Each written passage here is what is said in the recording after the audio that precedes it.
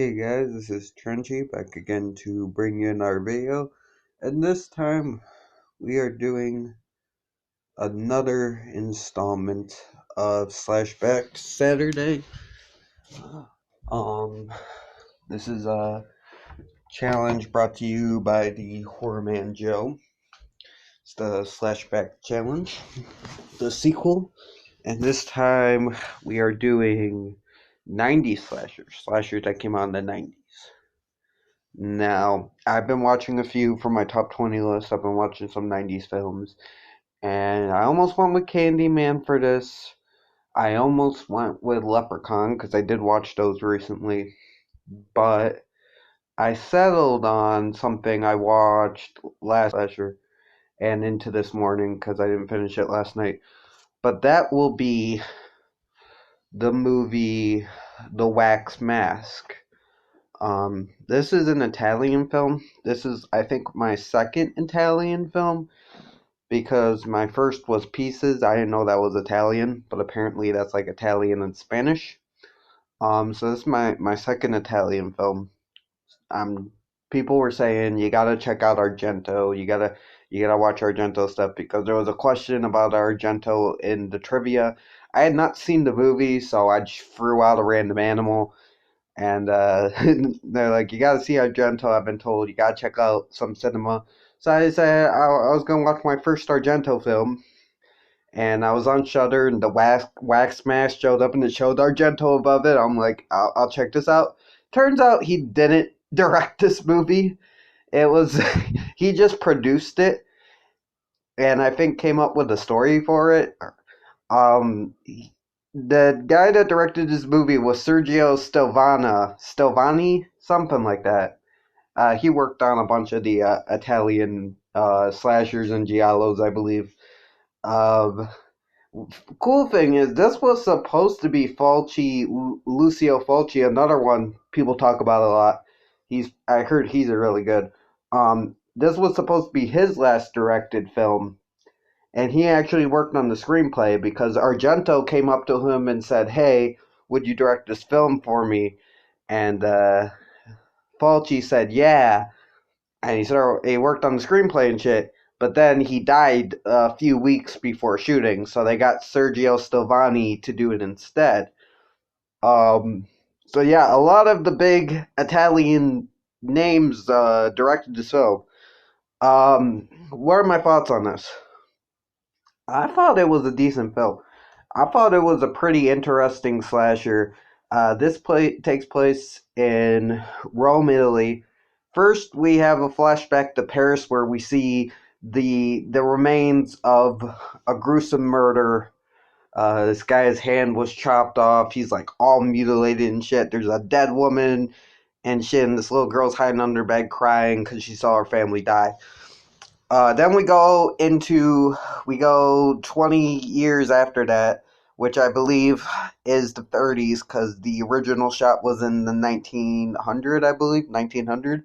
So I believe this movie takes place in the early 30s and early 1930s, and we're in Rome, Italy, and what's happening is there's this wax museum, and people are winding up dead around it. And every time someone winds up dead, there's a new wax statue in the museum. I won't give up too much. I won't.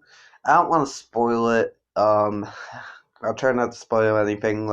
But they make it pretty clear what's happening. They never try to really hide what's going on here. There's still some mystery behind it, but they never try. They never really hide it. But just in case, I will not go into too much detail on that. Um, the kills in this are pretty damn good. They're very violent. You got this cool claw hand that the villain uses, and we also have this. He injects them with this poison thing, and it's pretty damn cool. Uh, the look of the killer, he wears all black, this black kind of trench coat and hat, and it looks mysterious. This movie kills a lot of kids. This movie tries to take out some kiddies, man, and It's fucking disturbing, especially the first one where we see the killer lure this like kind of poor, could be homeless child with cotton candy. He lures him by buying him cotton candy and takes him with him onto this gondola, and he sails across the little river to this place where they're all alone, and then proceeds to murder the kid with the needle. And it's quite disturbing how realistic it is. Like, that's fucking real, man. That shit really happens. Um, and it's quite disturbing. I thought the acting in this was pretty solid. Um, we'll get there. There was a. I did have a problem with it, but it wasn't the acting performance itself. We will get into that when I get to the shit I don't like. But mostly this was pretty solid. I say. The kills were good. The story was pretty interesting. The characters were all in all likable characters. You could really sympathize with the main girl's position and what she was going through and what she was dealing with. And even her love interest, the reporter guy, he was okay. Wasn't my favorite character out of the batch, but he was a decent character. He wasn't bad. Um, and our villains are pretty good too. Our villains are pretty cool and mysterious, and the villain has a couple sidekicks that are really cool. I like how they're like different, and they kind of remind me of like Igor's kind of, especially the one kind of reminds me of like Igor, or not in appearance, but just by the way he acts and stuff. And it's just the story's pretty solid. I really I I like what they did with this. Um, and there is a good amount of nudity. There's a good amount of nudity. If you're into that, um, there a brothel plays like a pretty decent part in this. Also, I gotta before we get into like the things I don't like, we gotta talk about the settings, man. The Wax Museum just brings this aura, this very dark, mysterious aura with all the wax statues, especially when you find out what's behind the wax statues, is really disturbing. Um, just the streets of Italy can go from the most beautiful thing ever, and then they can take the same streets and at night make it the creepiest place ever. And just some of the abandoned buildings, how they add in the cobwebs, and just everything just works in this film. They make the settings work, and I like it. I think they did a very good job with that, capturing Italy, Rome very well. I've never been there, but I think they did a pretty good job with that. Now let's get on with the shit I don't like. Not a lot. One, the dubbing is horrible. I did not.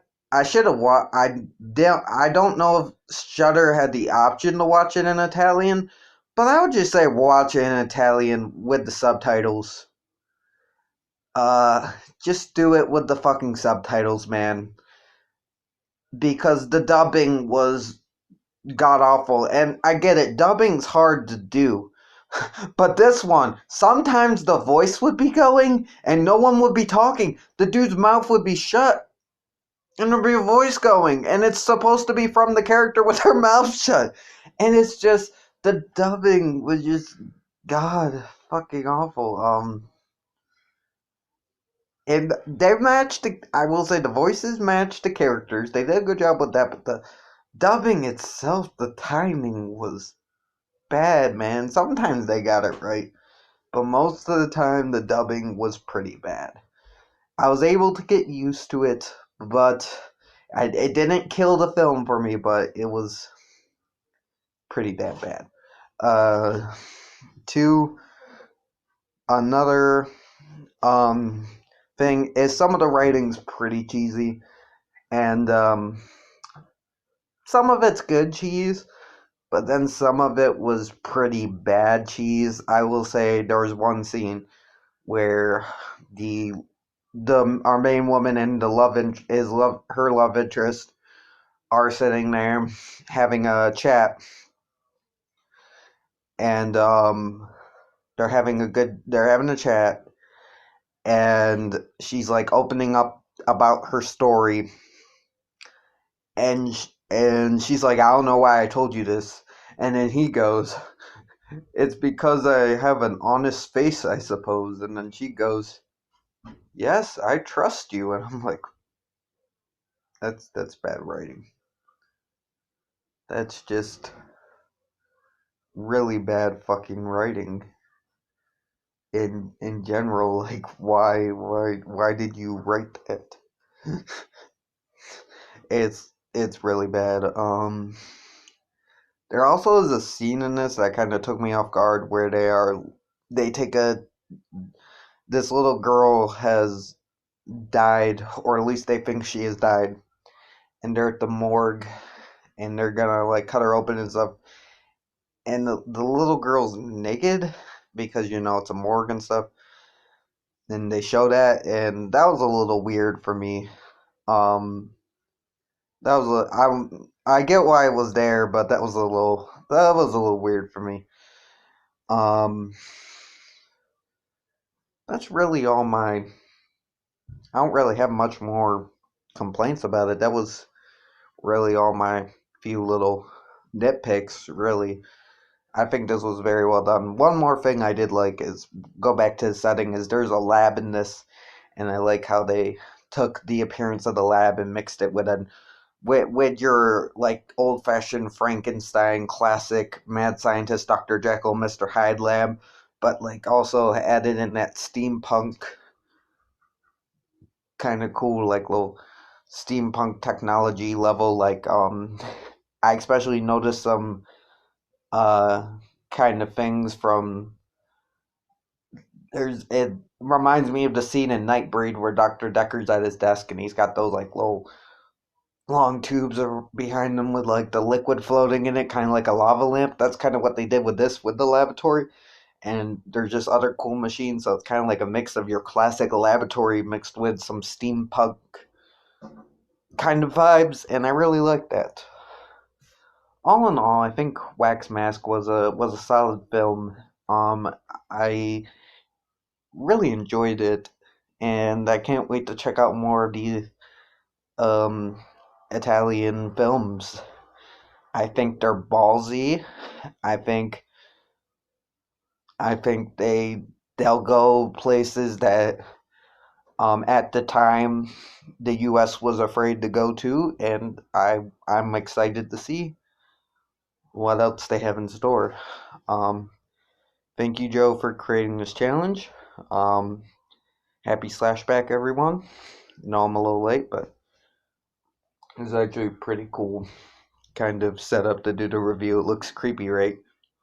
Like the blackness and the dim lighting.